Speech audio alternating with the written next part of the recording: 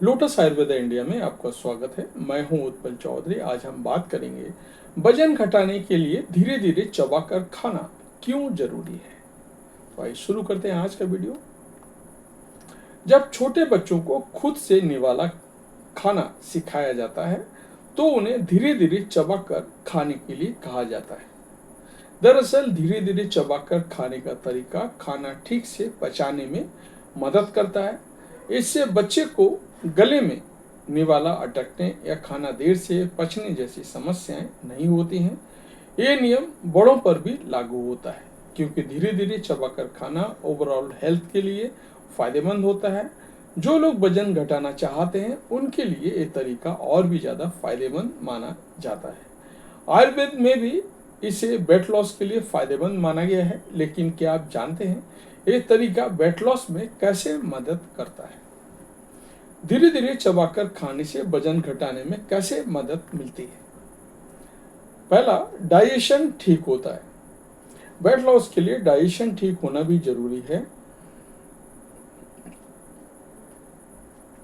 अगर आप खाने का हर टुकड़ा अच्छे से धीरे धीरे चबाकर खाते हैं तो इससे खाना ठीक से पचता है।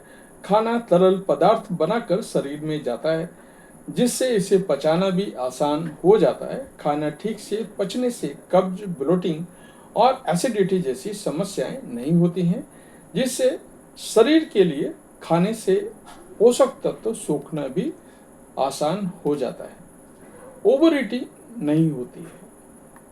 वेट लॉस करने के लिए हेल्दी खाना और सही पोर्शन में खाना दोनों जरूरी हैं।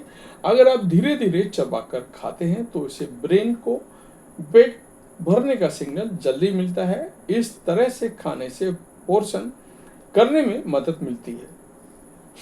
यह तरीका अपनाने से कैलोरी इंटेक नेचुरली कम हो जाता है जिससे वेट लॉस के दौरान ओवर ईटिंग करने की संभावना कम हो जाती है। कैलोरी इंटेक कम होता है।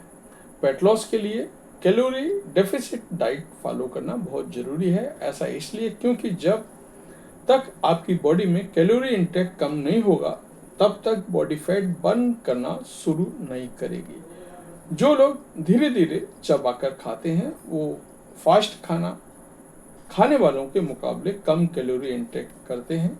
इस तरीके से नेचुरली कैलोरी इंटेक कम होता है और वेट लॉस करने में मदद मिलती है।